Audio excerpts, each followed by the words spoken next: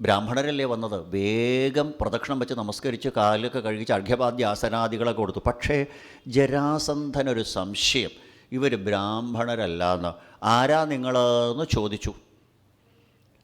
അപ്പോൾ ഭഗവാൻ പറഞ്ഞു, ഞങ്ങൾ ചോദിക്കണ കാര്യം തരാമെന്ന് സത്യം ചെയ്യുകയാണെങ്കിൽ ഞങ്ങൾ ID കാർഡ് കാണിക്കാം, അല്ലാണ്ട് പറയില്ല. ജരാസന്ധൻ പറഞ്ഞു, ദദാമി ആത്മശിരോപി വാ, എൻ്റെ തല വേണമെങ്കിൽ ഞാൻ നിങ്ങൾക്ക് തരും. ഭഗവാൻ മനസ്സിൽ പറഞ്ഞു, അത് തന്നെയാണ് വേണ്ടേ, നിൻ്റെ തല, വേറെ ഒന്നും വേണ്ട. ആരാന്ന് പറയൂ. അപ്പോഴാണ് പറഞ്ഞ്, എൻ്റെ ഇടതുവശത്ത് നിൽക്കുന്നത് മധ്യമ പാണ്ഡവനായിരിക്കുന്ന അർജുനനാണ്, വലതുവശത്ത് നിൽക്കുന്നത് ഭീമസേനനാണ്. പിന്നെ നമ്മൾ തമ്മിൽ കണ്ടിട്ടുണ്ടല്ലോ, ജരാസന്ധന് കണ്ടപ്പോൾ തന്നെ ഇവരെ എവരെയോ കണ്ടിട്ടുണ്ടെന്ന് തോന്നുന്നുണ്ട്. കാരണം ഇവർ ബ്രാഹ്മണരല്ല. അർജുനൻ്റെ 2 കൈമ ഞാൺതഴമ്പുണ്ട്. ലോകത്തിൽ 2 കൈകൾ കൊണ്ട് അസ്ത്രം പ്രയോഗിക്കാൻ കഴിയുന്ന ഒരേ ഒരു സവ്യസാക്ഷി അർജുനൻ മാത്രമേ ഉള്ളൂ. നീലം ഞരമ്പ് തഴഞ്ഞു നിൽക്കുക. ഒരു ബ്രാഹ്മണൻ്റെ കൈമ ഞാൺതഴമ്പുണ്ടാവില്ല. അതുപോലെ ആ തടിച്ച് കൂറ്റനായിട്ടുള്ള അവൻ്റെ അടുത്ത് 2 ഉള്ളം കൈയിൽ കാരിരുമ്പ് ഗത പിടിച്ച തഴമ്പുണ്ട്. ഒരു ബ്രാഹ്മണൻ്റെ കൈമ ഇങ്ങനെ തഴമ്പുണ്ടാവില്ല. അപ്പോൾ ഇവരെ ബ്രാഹ്മണരല്ല. ഇവൻ്റെ കൂടെ വന്നിരിക്കുന്ന പുറകിൽ നിൽക്കുന്ന കറുത്തൊരുത്തൻ്റെ മുഖത്ത് നോക്കിയാൽ കള്ള ലക്ഷണമാണ്, എപ്പോഴും ഒരു കള്ളച്ചിരി ഉണ്ട്. ഇവനെ ഞാൻ എവിടെയോ കണ്ടിട്ടുണ്ട്. ഭഗവാൻ പറഞ്ഞു, നമ്മൾ കണ്ടിട്ട് 18 പ്രാവശ്യം കണ്ടിട്ട് ജരാസന്ധ, ഓടിയില്ലേ എന്നെ പേടിച്ച്. ജരാസന്ധ പൊട്ടി അങ്ങോട്ട് ചിരിച്ചു. എന്താ നിനക്ക് വേണ്ടേ കൃഷ്ണ? ദ്വന്ദ്വയുദ്ധം. പൊട്ടിപ്പൊട്ടി ചിരിച്ചു.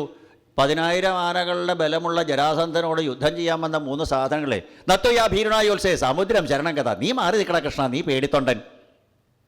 എന്നെ പേടിച്ചിട്ട് സമുദ്രത്തിന് നടക്ക് കൊട്ടാരപ്പെടുന്നവനല്ലേ. യുദ്ധം ചെയ്യുകയാണെങ്കിൽ ആണുങ്ങളോട് ചെയ്യണം, നീ മാറി നിൽക്ക്. എന്താ കാരണം? ഭഗവാന്റെ കൈകൊണ്ട് ചാവാൻ യോഗമില്ല. അയംതു വയസ്സാതുല്യോ. ഈ അർജുനൻ എന്ന് പറഞ്ഞ പയ്യൻ, ഞാനൊരു ഊതിയാൽ 100 യോജന അപ്പുറത്ത് പോയി വീഴും. എന്തിനാ എന്നെക്കൊണ്ട് മഹാപാപം ചെയ്യിക്കണേ? ഭീമസ്തുല്യബലോ മമ.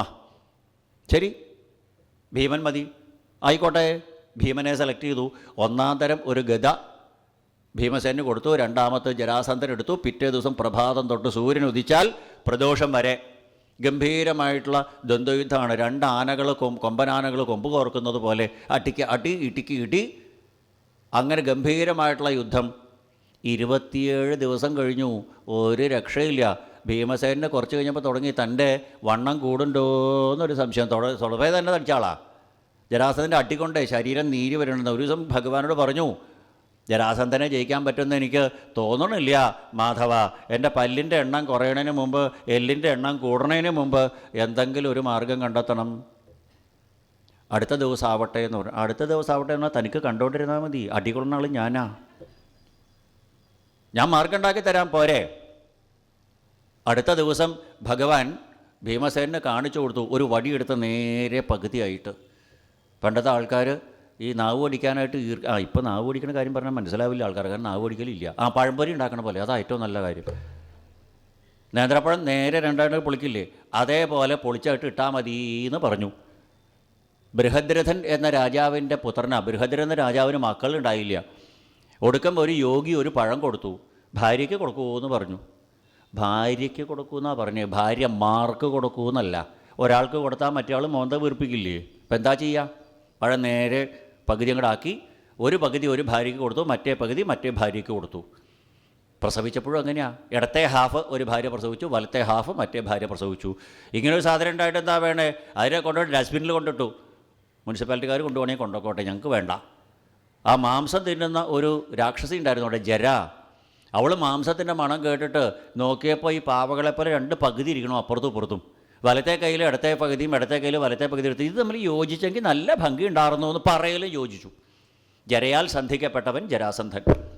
അവനെ അതിൻ്റെ ജസ്റ്റ് ഓപ്പോസിറ്റ് ആക്കിയാലേ കൊല്ലാൻ പറ്റുള്ളൂ. അതാ ഭഗവാൻ കാണിച്ചു കൊടുത്തേ. ആന പട്ട കീറുന്നത് പോലെ കാലുമ ചവിട്ടി പിടിച്ച മറ്റേ കാല് വലിച്ചു കീറി, ഒരു കയ്യ ഒരു കാല് ഒരു കണ്ണ് മൂക്കിൻ്റെ പകുതി വിപരീത ദിശകളിലേക്ക് വലിച്ചെറിഞ്ഞു. അങ്ങനെ ജരാസന്ധനെ വധിച്ചു. ജരാസന്ധൻ്റെ തടവറയിലുണ്ടായിരുന്ന 20,800 രാജാക്കന്മാരുണ്ട്. അവരെ രക്ഷപ്പെടുത്തി.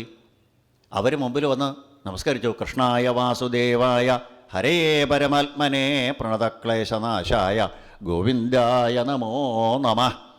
അവർ എന്താ പറഞ്ഞതെന്നറിയോ? ഞങ്ങൾ അഹംബോധം കൊണ്ട് രാജ്യത്തിൻ്റെ വിസ്തൃതി വർദ്ധിപ്പിക്കാൻ വേണ്ടിയിട്ട് പരസ്പരം കലഹിച്ച് അയൽ രാജ്യങ്ങളിലുള്ള ആൾക്കാരെ മുഴുവൻ കൂട്ടക്കുരുതി കൊടുത്തതിൻ്റെ ഫലമായിട്ടാണ് ജരാസന്ധൻ എന്ന് പറയുന്ന ഒരു പൊതു ശത്രുവിൻ്റെ അടിമകളായിട്ട് വളരെ കാലം ഇരിക്കണം. ഞങ്ങൾ ഒരുമിച്ച് നിന്നിരുന്നെങ്കിലോ ഐകമത്യം മഹാബലം. ഇത് ഭാരതത്തിലുള്ള രാജാക്കന്മാർ 600-ലധികം നാട്ടുരാജാക്കന്മാരുണ്ടായിരുന്നു ഭാരതത്തിൽ. ആ നാട്ടുരാജാക്കന്മാരുടെ വേദവ്യാസ മഹർഷി സഹസ്രാബ്ദത്തിന് മുമ്പ് പറഞ്ഞു, നിങ്ങൾ ഒരുമിച്ച് നിൽക്കൂ, ഒരുമിച്ച് നിൽക്കൂ, ഒരുമിച്ച് നിൽക്കൂ, ഇല്ലെങ്കിൽ ആപത്താന്ന. പൃഥ്വിരാജ് ചൗഹാനെ തോൽപ്പിക്കാൻ വേണ്ടിയിട്ട് വിദേശിയായിട്ടുള്ള ഒരു ശത്രുവിന് ആരാ വഴി കൊടുത്തേ? ഇവിടുത്തെ രാജാവ് തന്നെയാണ് അല്ലേ? ഒരുമിച്ച് നിന്നിരുന്നെങ്കിലോ ഒരു വിദേശീയനും ഇവിടെ വരില്ല. മുഹമ്മദ് ഗസ്നി 18 പ്രാവശ്യം സോമനാഥ ക്ഷേത്രം കൊള്ളയടിച്ചത്.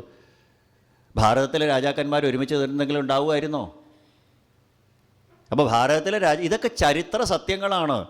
അപ്പോൾ ചരിത്ര സത്യത്തിനെ വേദവ്യാസ മഹർഷി മുൻകൂട്ടി കണ്ടുകൊണ്ട് പറഞ്ഞു, നാട്ടുരാജാക്കന്മാർ ഒരുമിച്ച് നിന്നിരുന്നെങ്കിൽ വിദേശീയനായിരിക്കുന്ന മഗധ എന്ന് പറയുന്നത് അഫ്ഗാനിസ്ഥാനിലാണ്. വിദേശീയരായിരിക്കുന്ന ആ വിദേശാധിപത്യത്തിൻ്റെ കീഴിൽ ഭാരതീയർക്ക് കഴിയേണ്ട അടിമത്തം, കഴിയേണ്ട സ്വഭാവം ഉണ്ടാവില്ലായിരുന്നു ഒരുമിച്ച് നിന്നിരുന്നെങ്കിൽ. അപ്പം എന്താ കടിപിടി കൂടി? അയൽരാജ്യത്തിനെ ആക്രമിച്ച് ചോരപ്പുഴ ഒഴുക്കിയിട്ട് രാജ്യവിസ്തൃതി വർദ്ധിപ്പിക്കാനാണ് നോക്കിയത്. വേദവ്യാസ മഹർഷി നമ്മളോട് പറഞ്ഞു സൂക്ഷിച്ചിരുന്നോളൂ എന്ന്. ആരും ശ്രദ്ധിച്ചില്ല. ഭാഗവതം വായിച്ചാലല്ലേ എത്ര കൃത്യമായിട്ട് റിമൈൻഡർ അയച്ചു തരണോ നമുക്ക്.